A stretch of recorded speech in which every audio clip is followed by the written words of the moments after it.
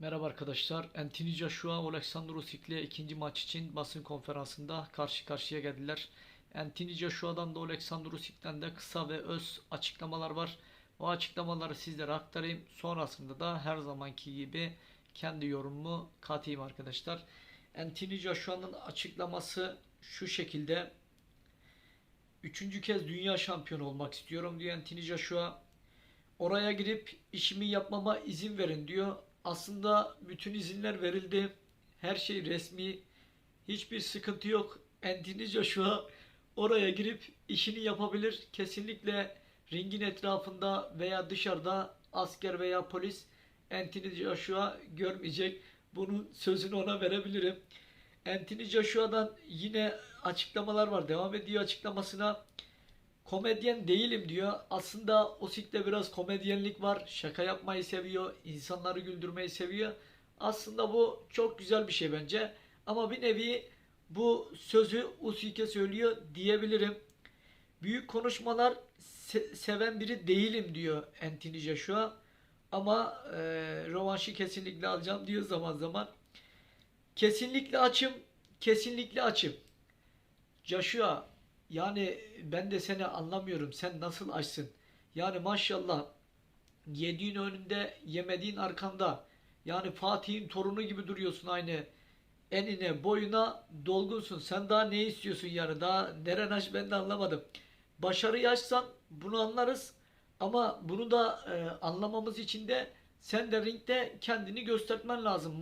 Madem açsın, ikinci maça çık ve elinden geleni ardına koyma. Biz de özellikle de boksu izleyen insanlar, boks fanları hani desin gerçekten dediği gibiymiş. Başarıya çok açmış. Bunun için elinden geleni yaptı ve kemerlere aldı diyelim. Eğer ki başarıya açım deyip de kötü bir performans sergilersen işte o zaman senin aç olmadığını biz emin olacağız. Yine devam ediyor. Elimde ünvanları almak için kesinlikle çaresizim diyor. Bu nasıl bir çaresizlikse, çaresizlik diye bir şey yok Anthony Joshua. Çalışırsan, çabalarsan, inanırsan, iyi mücadele edersen kazanamayacaksın diye hiçbir şey yok. Nasıl ki Usyk geldi senin kendi evinde seni yendi, kemerlerini alıp gittiyse sen de Suudi Arabistan'da çıkarsın Usyk'in karşısına. Eğer ki iyi hazırlandıysan, iyi çalıştıysan o kemerleri alıp sen de evine dönebilirsin. Kesinlikle ringde kimse elini kolunu tutmayacak. Bundan yana gönlün rahat olsun. Yani atabildiğin kadar çok yumruk at. Usyk'i de benden sana bir öneri, bekleme. Beklersen Usyk yine o kemerleri elinde tutmaya devam edecek. Yine Usyk'ten açıklamalar var. Özellikle de bu Suudi Arabistan'da maç gerçekleşiyor. Ve bunu para için hani Suudi Arabistan'a gittiler falan gibi. Bu konuya Alexander Usyk açıklama getiriyor. Gerçekten her zaman şunu söylüyorum. Ukraynalı boksörler gerçekten konuşmayı biliyor. Özellikle boks konusunda konuşmayı çok güzel biliyorlar. Yerinde ve tam zamanında gerçekten etkili bir konuşma. Zaten size şimdi aktarınca bunu da anlayacaksınız. Yaptığı konuşma şu şekilde. Hayatımda yaptığım her şey, yaşama şeklim ve savaşma şeklim zevk aldığım bir şey diyor. Yani boks benim zevk aldığım bir şey. Yani yaşama örnek vereyim. Yaşam felsefem diyor boks. Yine devam ediyor. Para ya da tanınma için savaşmıyorum diyor. Para ya da tanınma için savaşmıyorum diyor Usyk. Hani Alexander Usyk'in dünyada bir ismi var işte para için boks yapanlar yapıyor gibisine söylentilere şunu söylüyor. Para ve isim için savaşmıyorum tanınmak için diyor. Pek çok insan tanınmak ister. Böylece diğerleri onlara hatırlar. Pek çok insan diyor tanınmak ister diyor. İsmi veya örnek vereyim bir yerlere gelmek ister. Birçok insan diyor onları diyor hatırlar diyor. Ama buna ihtiyacım yok diyor Usyk. Buna ihtiyacım yok diyor. Harika biri olmaya ihtiyacım yok diyor. Gerçekten açıklamaları çok güzel. Mütevazi yerinde. Yine devam ediyor. Şu anda sadece işimi yapıyorum. Boks diyor benim işim ve ben bu işi yapıyorum. Arkadaşlar eğer ki ringe çıkıyorsa Oleksandr Usyk yumruk yiyorsa, emek veriyorsa, ter akıtıyorsa karşılığında da para almak zorunda. Veya örnek vereyim, biz de zamanında boks yaptık, örnek vereyim o kadar emek verdik. Şu anda YouTube'da da videolar çekiyoruz. Şu bile bir emek, zamanını harcıyorsun. Doğal olarak da yani her emeğin sonunda bir şey, bir karşılığı olması gerekiyor bir yerde. Yani Usyk de bunu söylüyor. Bu benim diyor işim diyor. Tabii ki karşılığında para kazanacak. Sonuçta eline yüzüne yumruk yiyor. Boks da kolay bir spor değil. Yani aldığı paralar tamam, uçuk paralar doğrusunu söylemek gerekirse, ama şu bir gerçek, bu seviyeye gelmek için belki geçmişinde neler yaşadı, ne çileler çekti, aç kaldı, susuz kaldı, çok zorlu antrenmanlardan çıktı. O an yanında siz değilsiniz. Şu an zirvesinde ve çok güzel paralar kazanıyor. De ki boksörler bu büyük paraları hak ediyor mu? Fazlasıyla hak ediyor. Boks bambaşka bir dünya, bambaşka bir seviye. Yani aldığı parada helali hoş olsun. Ve kalbim atarken bunu yapmaya devam edeceğim. Yani şunu söylüyor. Kalbim attığı sürece boks yapmaya devam edeceğim. Çünkü arkadaşlar şu bir gerçek. Hani belki boks fanları vardır, boksu takip eden insanlar vardır. Dünyada da birçok boks fanı var. Yani boksa örnek vereyim, kendini çok fazla kaptıran insanlar var. Gece gündüz boksu takip eden insanlar var. Benim de takipçilerimin içinde de bu şekilde insanlar var. Yani boks bambaşka bir dünya. Bu dünyanın içine girenler bir daha da zaten çıkamıyor. Çıktığında da zaten mutlu olamıyor. Mutlaka ve mutlaka kim olursa olsun, özellikle de boksu meslek haline getirmiş hiç kimse bence bokstan kopmaması lazım. Boksun her zaman içinde olması gerekiyor. Örnek vereyim, benim şu anda yaptığım. Yani boksun belki ringde değilim, antrenman salonlarında değilim, ama yine de boksun içindeyim. Boksu konuşuyorum ve bu da bana mutluluk veriyor bir yerde. Yine devam ediyor. Yoluma çıktığım tek şey ruhumu kurtarmak.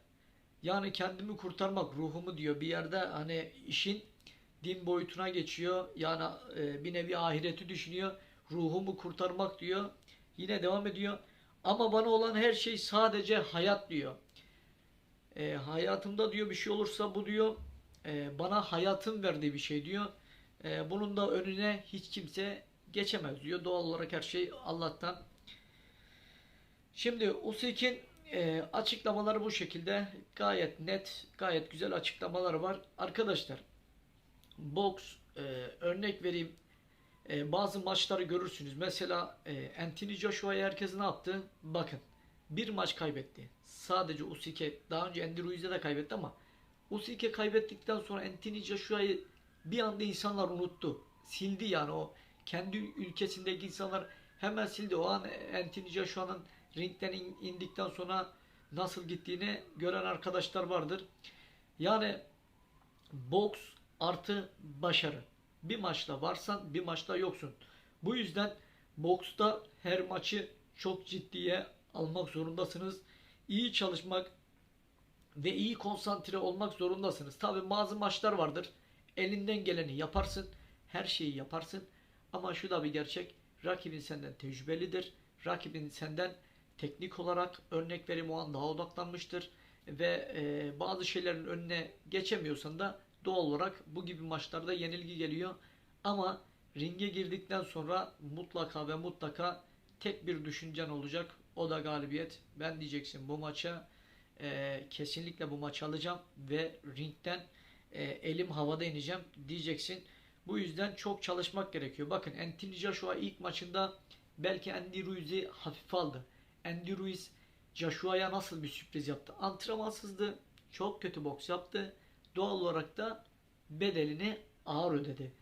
İkinci maça geldiğinde de dersine çok iyi çalışmış bir Anthony Joshua gördük mü? Gördük. Ayaklar oynayan, işte uzak oynayan, Andy Ruiz'i mesafenin dışında tutan ve tam zamanında etkili yumruklar vuran bir Anthony Joshua. Akıllı boks ve karşılığında gelen başarı. Şimdi Oleksandr Usyk, doğrusunu söylemek gerekirse Andy Ruiz'den kat kat daha teknik, Andy Ruiz'den kat kat daha etkili bir boksör Oleksandr Usyk. Birçok özellikle de amatör maçı var. Çok büyük tecrübelere sahip isim, olimpiyat şampiyonu. Bu yüzden hiç kimse Alexander Usyk'i hafife almasın.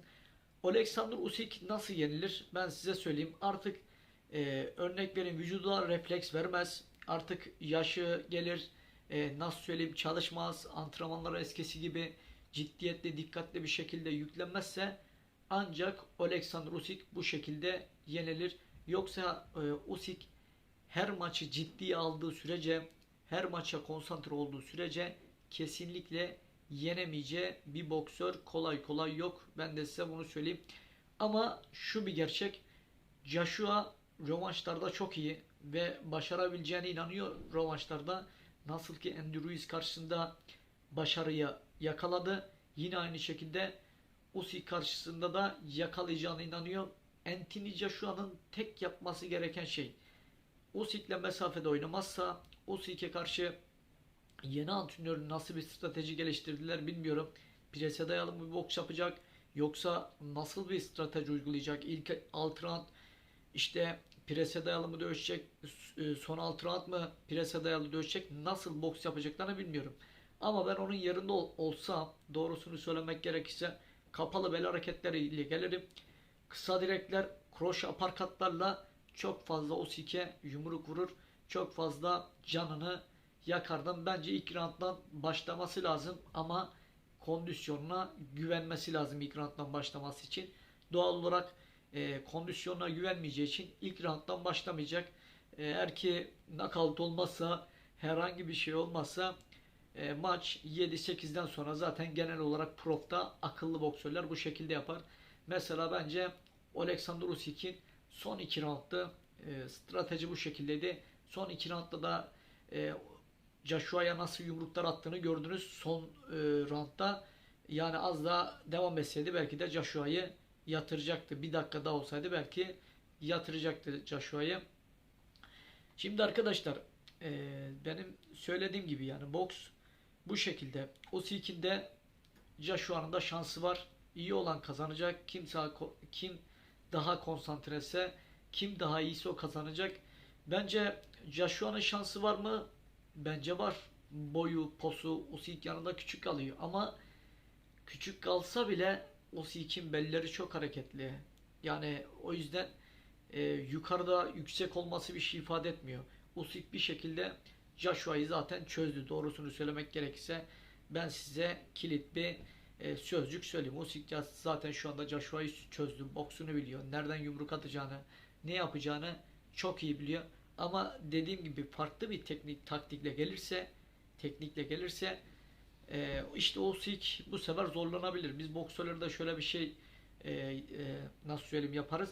Bir rakibimizi tanırız ama bakarız ki rakibimiz bir anda karşımızda çok farklı dövüşmeye başlıyor. Boksu gelişmiş.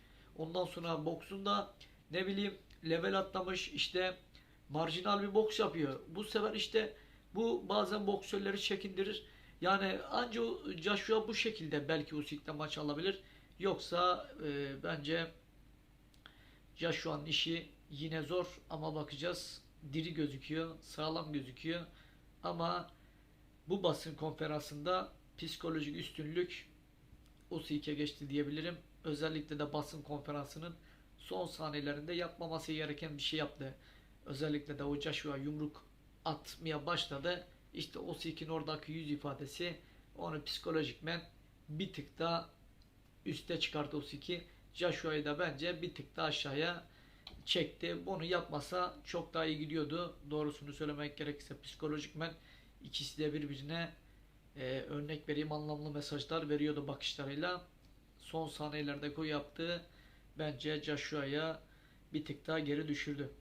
Şimdilik benim söyleyeceklerim arkadaşlar bu kadar. Eklemek istediğiniz bir şey olursa yorumlar kısmına ekleyebilirsiniz. Kendinize çok çok iyi bakın.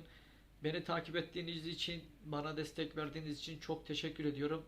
Zaten kanalımız ortada. Gittikçe büyüyor. Çünkü insanlar boksu bilen, boksu iyi analiz eden, özellikle de boksörler hakkında etkili yorumlar yapan insanlara, inandığı insanları takip eder. Eğer inanmazsa yapmaz.